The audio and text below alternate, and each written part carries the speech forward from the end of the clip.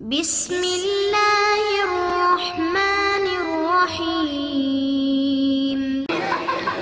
قل هذه سبيلي أدعو إلى الله على بصيرة أنا ومن اتبعني وقال النبي صلى الله عليه وسلم من رأى منكم منكرا فليغيره بيده فمن لم يستطع فبلسانه ومن لم يستطع فبقلبه وذلك أضعف الإيمان أو كما قال عليه الصلاة والسلام۔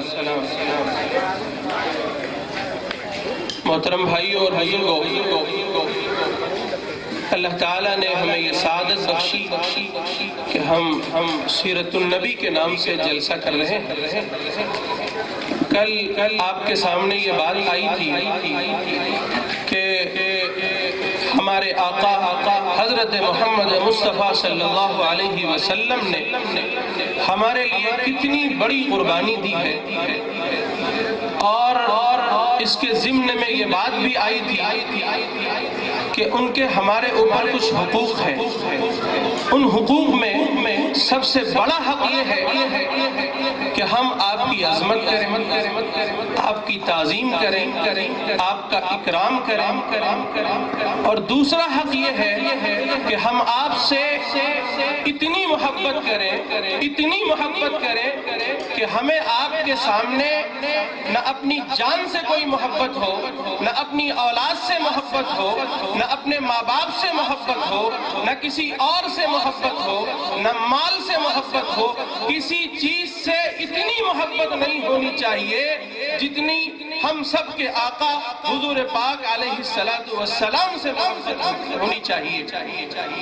اللہ کے نبی حضرت محمد مصطفیٰ صلی اللہ علیہ وسلم نے فرمایا لا يؤمن احدكم حتى اكون احب اليه من ولده ووالده والناس اجمعین، کہ تم میں سے کوئی شخص اس وقت تک مومن نہیں ہو سکتا جب تک کہ میں اس کے نزدیک اس کی جان سے زیادہ، اس کے مال سے زیادہ، اس کی اولاد سے زیادہ، اور اس کے ماں باپ سے زیادہ، اور تمام لوگوں سے زیادہ میں اس کو محبوب نہ ہو جاؤں۔ یہ آپ کا فرمان ہے، تو ہمارا اور آپ کا یہ فرض بنتا ہے، فرض کے درجے میں ہم پر اور آپ پر اتنا ضروری ہے کہ ہم اپنے آقا سے اتنی محبت کریں۔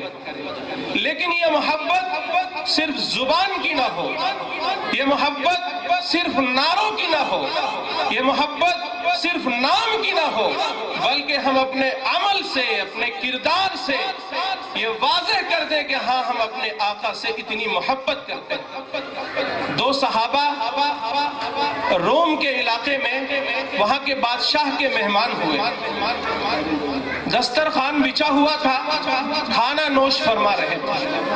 ایک صحابی کے ہاتھ سے لقمہ نیچے گر گیا، انہوں نے اٹھا کر کھانا چاہا، دوسرے صحابی نے یوں ہاتھ مارا کہ اے فلاں کیا کرتے ہو، یہ سپر پاور ہے، یہ اس وقت کی سب سے بڑی تہذیب ہے، یہاں کے لوگ تمدن میں، تہذیب میں بہت آگے ہیں، اگر آپ ان کے سامنے گرا ہوا لقمہ اٹھا کر کھائیں گے تو ہماری بے عزتی ہوگی۔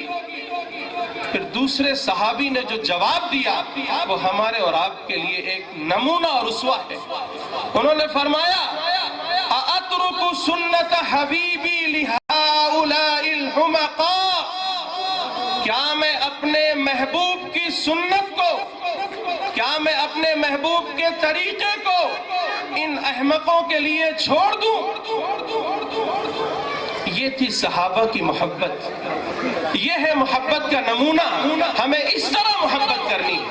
محبت لازم ہے اطاعت پر، وَمَا أَرْسَلْنَا مِن رَّسُولٍ إِلَّا لِيُطَاعَ بِإِذْنِ اللَّهِ، کوئی رسول نہیں بھیجا گیا اس دنیا میں مگر اس لیے بھیجا گیا کہ اس کی اطاعت کی جائے، اس کی اتباع کی جائے۔ تو ہمیں اور آپ کو بھی چاہیے کہ ہم اگر حضور سے محبت کرتے ہیں، اور مجھے امید ہے کہ آپ کرتے ہوں گے، یقیناً کرتے ہیں آپ حضور سے محبت، تو آپ یہ طے کر لیجئے کہ مجھے حضور کی ہر سنت کو زندہ کرنا ہے، ہر سنت کو زندہ کرنا ہے۔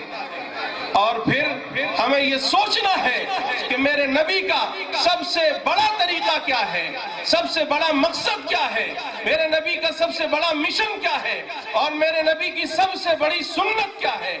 آپ نے فرمایا قُلْ هَذِهِ سَبِيلِي أَدْعُو إِلَى اللَّهِ، اللہ نے فرمایا کہ اے محمد، اے میرے حبیب، اے میرے محبوب، آپ یہ اعلان کر دو لوگوں میں کہ میرا طریقہ، میرا مشن، میرا مقصد یہ ہے کہ میں لوگوں کو اللہ کی طرف بلاتا ہوں۔ ادعو الی اللہ، میں لوگوں کو اللہ کی طرف بلاتا ہوں، اور جو میری اتباع کرتے ہیں، جو میری اتباع کا دعویٰ کرتے ہیں، جو مجھے ماننے کا دعویٰ کرتے ہیں، جو مجھ سے محبت کا دعویٰ کرتے ہیں، جو میرے عاشق ہیں، نعرے لگاتے ہیں، ان کے لیے ضروری ہے کہ وہ بھی میرے اس مشن کو سمجھے، میرے اس مشن کو اپنائے، میرے اس مقصد کو پورا کرے۔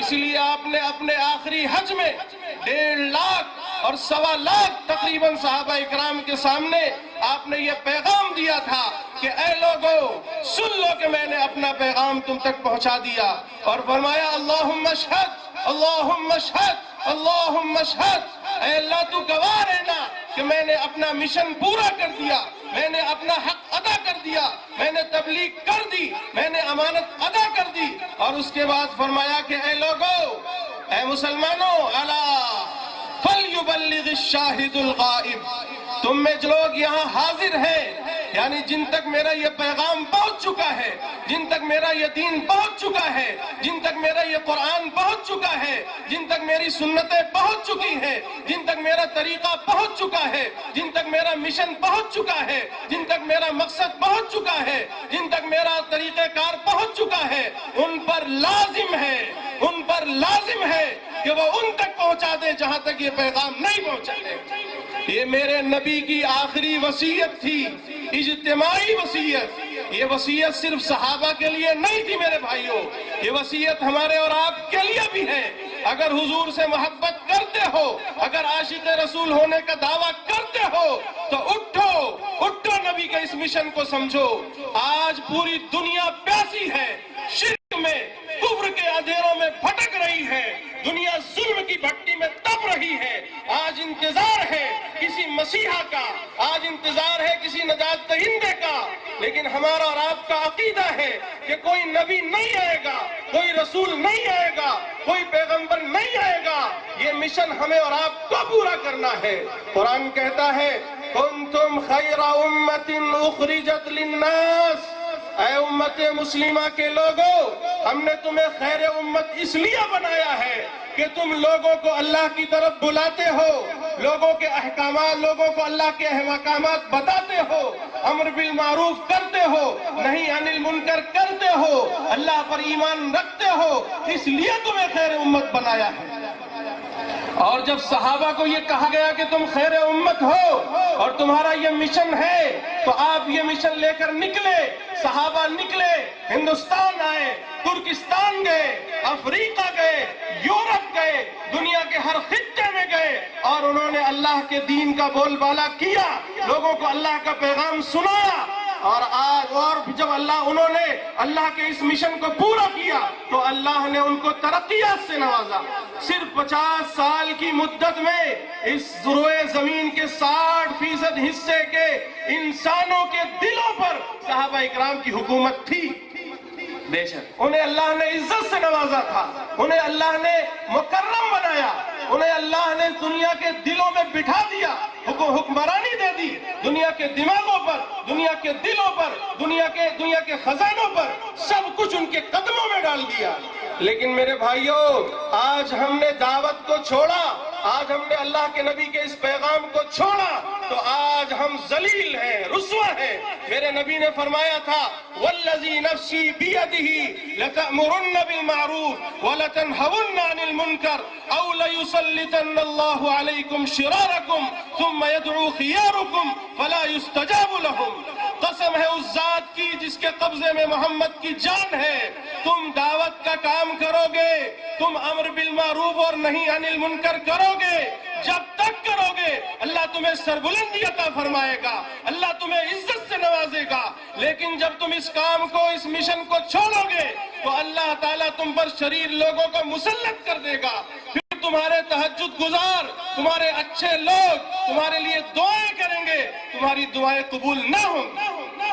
کیا یہ واقعہ ہے کہ نہیں ہے؟ آج ہم پر کیسے کیسے لوگ مسلط کیے گئے ہیں. آپ دعائیں مانگتے رہے، آپ تسبیحات پڑھتے رہے، آپ سب کچھ کرتے رہے، کچھ ہونے والا نہیں ہے.